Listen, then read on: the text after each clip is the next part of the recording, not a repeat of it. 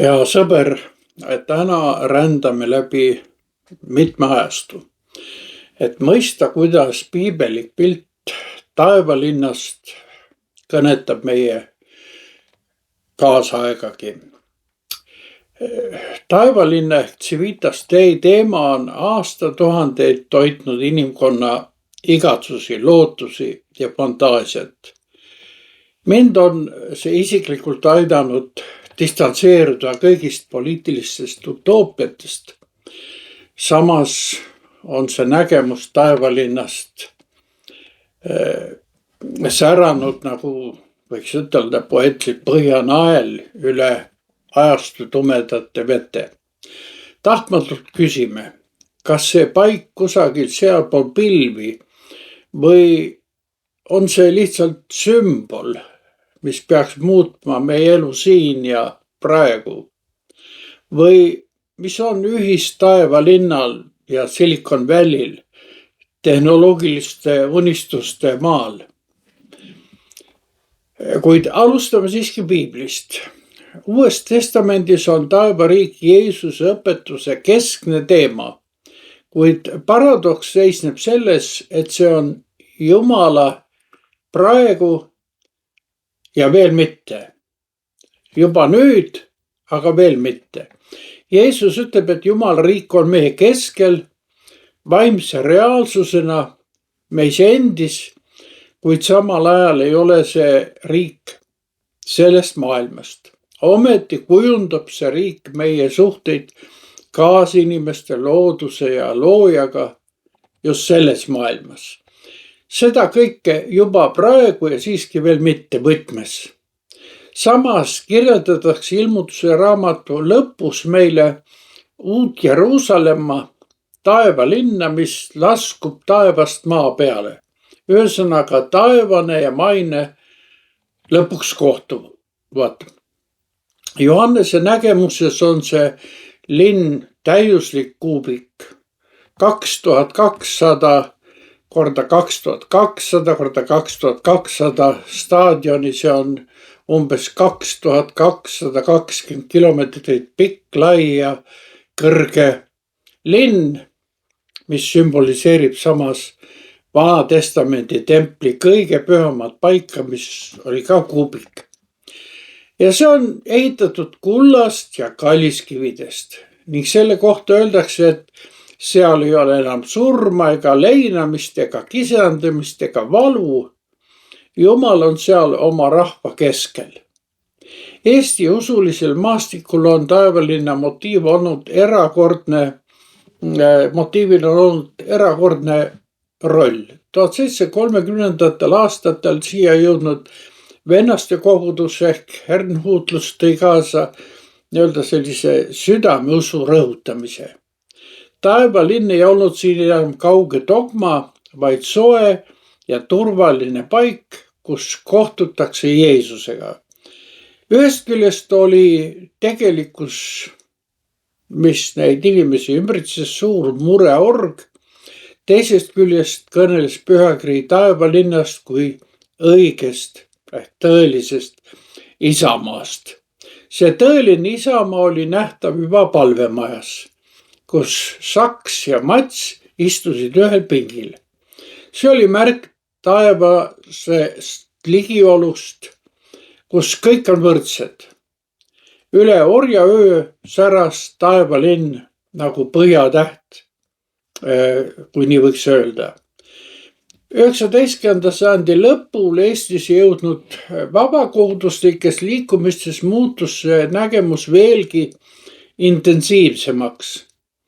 Talupoegadele, kelle peretoa põrand oli muldne, olid piibli kirjeldused kullast tänavatest ja pärliväravatest lohutuseks ja andsid jõudu maise viletsusega võidelda.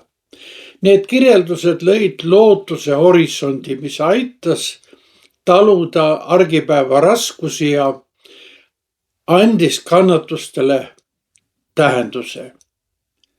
Surm ei olnud lõpp, vaid koju jõudmine. Kuid kus on taevalinn täna? ajal, mil me räägime tehisintellektist ja küberruumist. Kaasaegne filosoofiline mõte on nägemuse taevalinnast toonud maisusesse.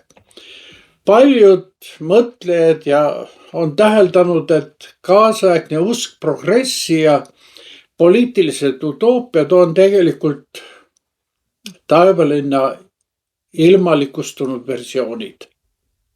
Taevalinna ei vaadelda enam füüsilise paigana, vaid pigem eetilise eesmärgi, tehnoloogilise nägemuse või eksistentsiaalse seisundina.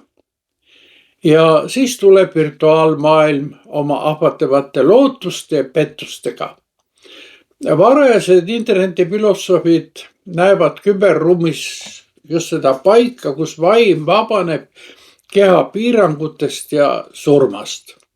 Transhumanism läheb veelgi kaugemale, uskudes, et tehnoloogia abil on võimalik saavutada niinimetatud singulaarsuse seisundit, kus inimene ületab oma bioloogilised piirid ja saavutab surematuse. Ühesõnaga, laseme kogu informatsiooni, mis meis on, enne surma nii-öelda alla laadida ja jätame siis keha küvasti. Samas aga hoiatavad osad filosoofid, et katsed luua täiuslikku, isoleeritud ja tehnoloogiliselt kontrollitud keskkonda tekitavad küsimusi sotsiaalse õigluse kohta. Põhiline küsimus seisneb igivanas nii-öelda selles võtmeküsimuses, kes pääseb sellesse uude taevalinna ja kes jäetakse välja. Johannese nägemuses taevalinnast on linnaväravad küll avatud ja rahvast hiilgus ja au kantakse sinna sisse, kuid sinna ei saa midagi, mis on rüve ega keegi, kes teeb jäledusi ja valet, vaid üksnes need, kes on kirjutatud talle eluraamatusse. Nõnda on see ilmutuse raamatu 21. peatükis 26. kuni 27. salmini kirjas. Paistab, et siin on midagi, mis pole saavutatav tehnoloogiliste nippidega. Nii kõlab see küsimus ka kaasajal. Kes sinna pääseb? Kas see on ainult tehniline või on see ka moraali ja õigluse küsimus? Või vajame me päästjat, kes meid sinna juhib? John Bunyan kirjeldab oma teoses Palveränduri teekond taevalinna raske rännaku särava eesmärgina. Sinna jõudmiseks tuleb ületada meeleheite sood ja edevuse laadad. Taevalinn on nagu Põhjanael meremehele, kuigi me ei pruugi siin maisuses selleni füüsiliselt kunagi jõuda, on see siiski kindel punkt, mis aitab meid elu tormisel merel õiget kurssi hoida. Nagu ütlevad teoloogid juba nüüd, aga mitte veel. Taevariik peegeldub meie heades tegudes ja sotsiaalses õigluse püüdlustes, isegi kui nende täielik teostumine seisab alles ees. Samas annab see meile julguse näha igas inimeses väärtust ja tähendust taevase tõe ja armastuse valguses.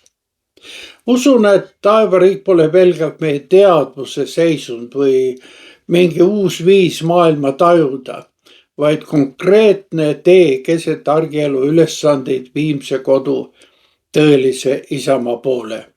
Aga ikkagi, kes sinna pääseb? Kõige selgem vastus peitub Jeesuse sõnumis Toomasele, Toomase küsimusele, kes küsis Jeesuselt, issand, me ei tea, kuhu sa lähed, kuidas me siis võime teada teed? Jeesus vastas talle, mina olen tee ja tõde ja elu. Ükski ei saa minna isa juurde muidu kui minu kaudu. Hea sõber, suur tänu kaasa mõtlemast ja kuni järgmiste kohtumiseni.